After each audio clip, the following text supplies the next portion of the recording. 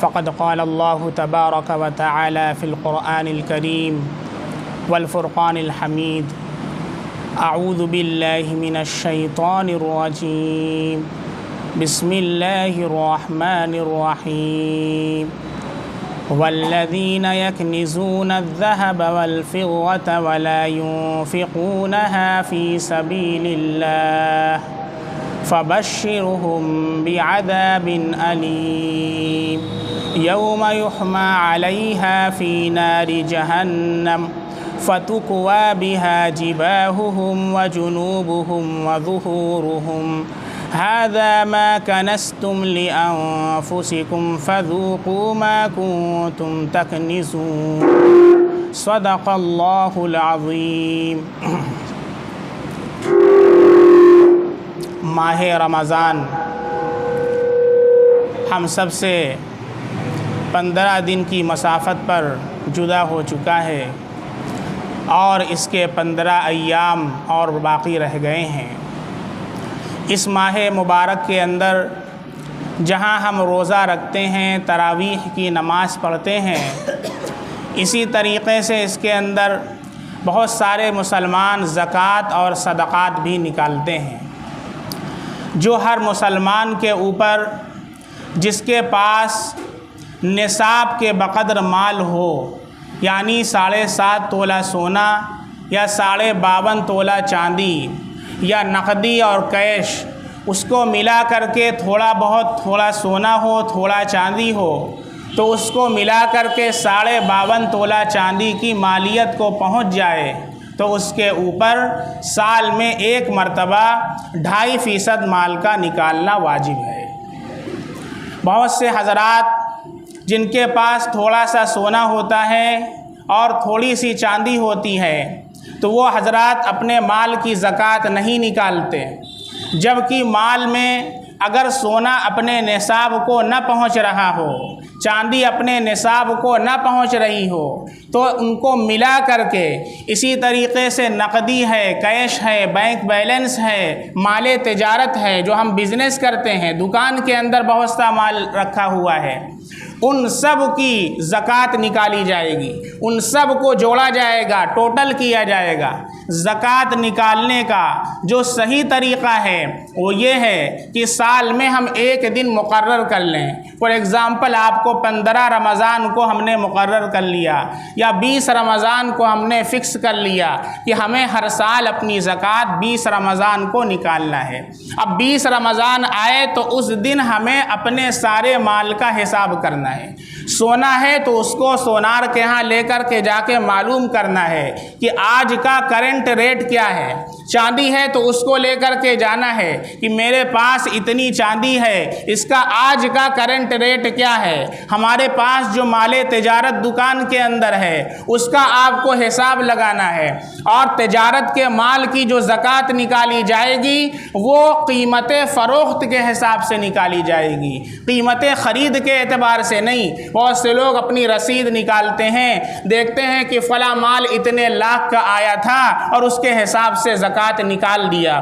یہ اتنے کا آپ کو پڑا ہے، اس حساب سے نہیں زکوٰۃ نکالی جائے گی. فار ایگزامپل آپ نے ایک سامان کو 100 روپے میں خریدا، آپ اسے 150 میں بیچتے ہیں تو 150 کے حساب سے زکوٰۃ نکالی جائے گی. دکان کے سارے مال کا اس طرح حساب کیجئے.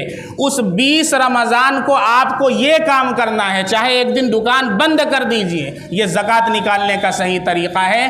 الل ٹپ زکوٰۃ نہیں نکالی جاتی ہے. سب سے پہلے اس دن حساب کیجئے، جتنا آپ کے پاس ہے، سونا ہے، چاندی ہے، مال تجارت ہے، نقدی ہے، کیش ہے، بینک بیلنس ہے، ان سب کا ٹوٹل کیجئے. ٹوٹل بنتا ہے 5 لاکھ روپیہ. اب دیکھیں کہ میرے اوپر کوئی قرض تو نہیں ہے، کسی سے میں نے قرضہ تو نہیں لیا ہے. ہاں فلاں صاحب سے میں نے 1 لاکھ کا قرض لیا ہے، فلاں سے 1 لاکھ کا قرض لیا ہے، 2 لاکھ کا آپ کے اوپر قرض ہے. ان 5 لاکھ میں سے 2 لاکھ کو مائنس کر دیجئے. کتنا بچا؟ 3 لاکھ روپیہ. ان 3 لاکھ کے اوپر آپ پر زکوٰۃ واجب ہے. اس کا 2.5% آپ کو نکالنا ہے. 2.5% کا مطلب 1 لاکھ میں 2.500، 3